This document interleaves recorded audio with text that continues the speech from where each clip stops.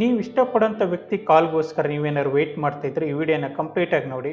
ಈ ವಿಡಿಯೋದಲ್ಲಿ ನಾನು ಇನ್ ಡೀಟೇಲಾಗಿ ಹೇಳ್ಕೊಡ್ತೀನಿ ಕಾಲ್ನ ಮ್ಯಾನಿಫೆಸ್ಟ್ ಹೇಗೆ ಮಾಡೋದು ಅಂತ. ಸಮ್ಟೈಮ್ಸ್ ಏನಾಗುತ್ತೆ, ನಾವು ತುಂಬ ಇಷ್ಟಪಡೋಂಥ ವ್ಯಕ್ತಿಗಳ ಜೊತೆ ಜಗಳ ಮಾಡ್ಕೊಂಡ್ಬಿಡ್ತೀವಿ. ಸೊ ಈಗೋ ಅಡ್ಡ ಬರ್ತಿರುತ್ತೆ, ಅವರು ಕಾಲ್ ಮಾಡಲ್ಲ, ನಾವು ಕಾಲ್ ಮಾಡಲ್ಲ.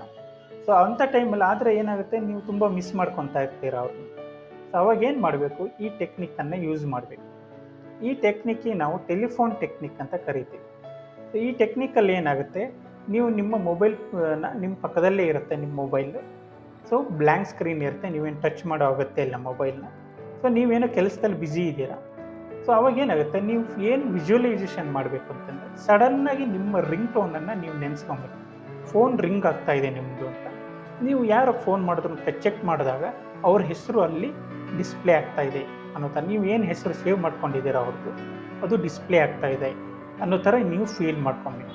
ಸೊ ನೀವು ಇದನ್ನು ತುಂಬ ಸರಿ ಮಾಡಿದಾಗ, ಅಂದರೆ ಎಲ್ಲ ಸೆನ್ಸಸ್ಗಳನ್ನ ಯೂಸ್ ಮಾಡಿ ನೀವು ವಿಜುವಲೈಸೇಷನ್ ಜಾಸ್ತಿ ಮಾಡಿದಾಗ ಅವ್ರ ಕಾಲ್ ಬರ್ತಾ ಇದೆ, ನಿಮಗೆ ತುಂಬ ಖುಷಿ ಆಗ್ತಾ ಇದೆ. ಸೊ ಈ ಥರ ನೀವು ಫೀಲ್ ಮಾಡಿದಾಗ ಏನಾಗುತ್ತೆ, ಇದನ್ನು ಪದೇ ಪದೇ ನೀವು ಪ್ರಾಕ್ಟೀಸ್ ಮಾಡಬೇಕು. ವಿಜುವಲೈಸೇಷನ್ ನೀವು ಎಷ್ಟು ಪ್ರಾಕ್ಟೀಸ್ ಮಾಡ್ತೀರೋ ಇದಕ್ಕೆ ಹೆಚ್ಚು ಎವಿಡೆನ್ಸ್ ಸಿಗುತ್ತೆ.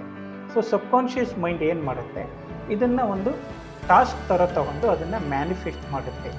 ನೀವು ಯಾರು ತುಂಬ ಇಷ್ಟಪಡ್ತಾ ಇದ್ದೀರಲ್ವ ಆ ವ್ಯಕ್ತಿಯಲ್ಲಿ ಚೇಂಜಸ್ಸನ್ನು ಮಾಡುತ್ತೆ.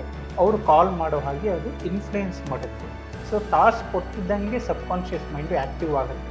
ಸೊ ಇದು ಖಂಡಿತ ವರ್ಕ್ ಆಗುತ್ತೆ.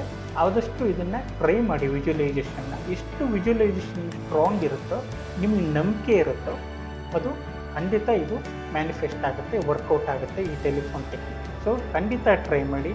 ನಿಮ್ಗೇನಾದ್ರು ಇದು ಖಂಡಿತ ವರ್ಕೌಟ್ ಆಯಿತು ಅಂತಂದರೆ ಬಂದು ಕಮೆಂಟ್ ಮಾಡಿ. ನಮಸ್ಕಾರ.